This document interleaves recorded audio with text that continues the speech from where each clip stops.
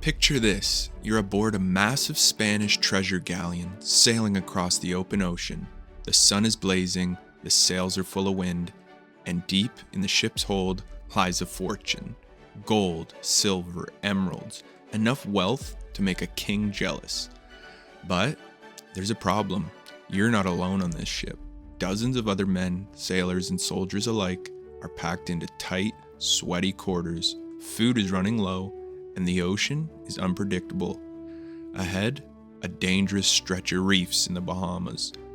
That could mean certain doom. This is the story of the Nuestra Senora de las Maravillas, a Spanish galleon on a high-stakes journey that ended in one of the worst shipwrecks in history. And even today, over 350 years later, treasure is still being found. The year is 1671, and Spain is desperate for money. Decades of war, pirate attacks, and failed colonies have drained the empire's wealth. So Spain relies on its treasure fleets, massive convoys of ships loaded with gold and silver from the Americas, sent back to Europe to fund its wars and economy.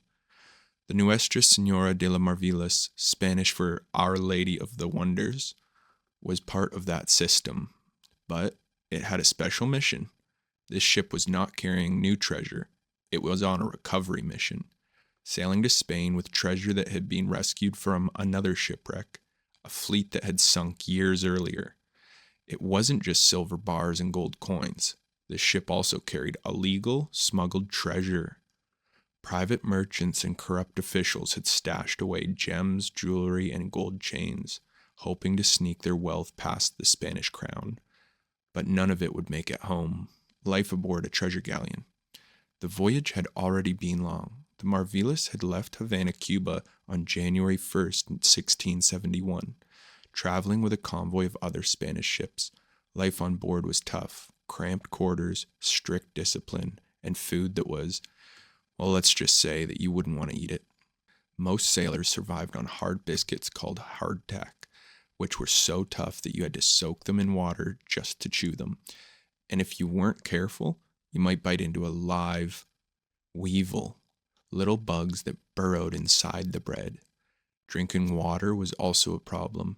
Stored in wooden barrels, it often turned green with algae. Many sailors preferred drinking watered-down wine or beer because at least it wouldn't make them sick. Meanwhile, down below, the ship's most valuable cargo was hidden away. Massive silver bars stamped with royal seals, heavy wooden chests filled with gold coins, and emerald-studded jewelry. The crew knew the ship was carrying treasure, but no one knew just how much, and they would never get to find out. The disaster that doomed the ship.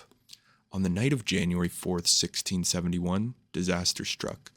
The convoy was passing through the treacherous Bahama Banks, an area filled with hidden reefs, jagged formations lurking just below the water's surface, ready to tear a ship apart.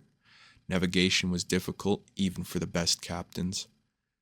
Then came the fatal mistake. Another ship in the fleet veered off course and slammed straight into the Maravillas, shattering part of its hull. The impact threw sailors from the deck, and before anyone could react, the currents pushed the ship straight onto a coral reef. The ship was doomed. Water poured in, the hull cracked, and the galleon started breaking apart.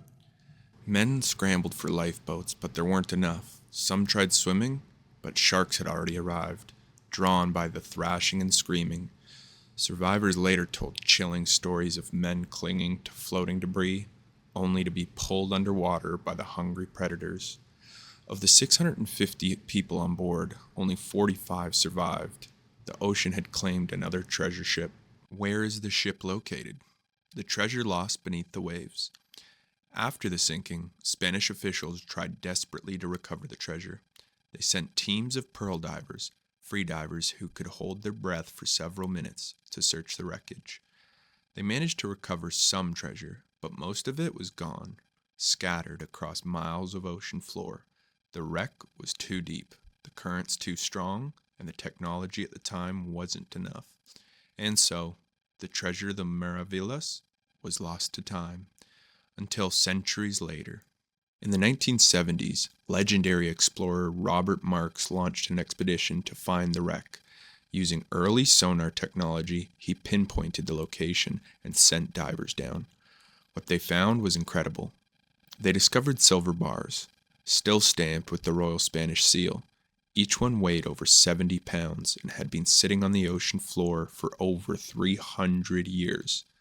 Alongside them, coins, weapons, and broken pieces of the ship. But that was just the beginning. In 2022, treasure hunters made an even more spectacular discovery: gold chains, emerald rings, and a gold medallion featuring the Cross of Santiago, a symbol of Spanish knights. One of the most valuable finds, a gold ring with a massive Colombian emerald, possibly worn by an aristocrat or officer. But here's the thing, most of the treasure is still missing. It's buried beneath the sand, hidden deep in the reef, just waiting to be found. The legacy of the Maravillas. The Maravillas isn't just a shipwreck. It's a time capsule of a lost world. A world of explorers, pirates, and unimaginable fortune. Still waiting beneath the sea. And even after 350 years, the ocean refuses to give up all its secrets. So, could the greatest treasure still be out there, waiting for the right person to find it? Who knows? And that's the story of the Maravillas. Most of its treasure is still in the ocean. While some has been pulled up, the vast majority is still there to be found. And I hope to be diving shipwrecks in the future in person one day. So any engagement you can show on the video, whether it's liking, commenting, or subscribing, really helps me out. So if you can do that, thank you. And if you like shipwreck mysteries, shipwreck treasure, and pirates, that's kind of what I'm going to be talking about on this channel. So follow along. I'll see you guys next time.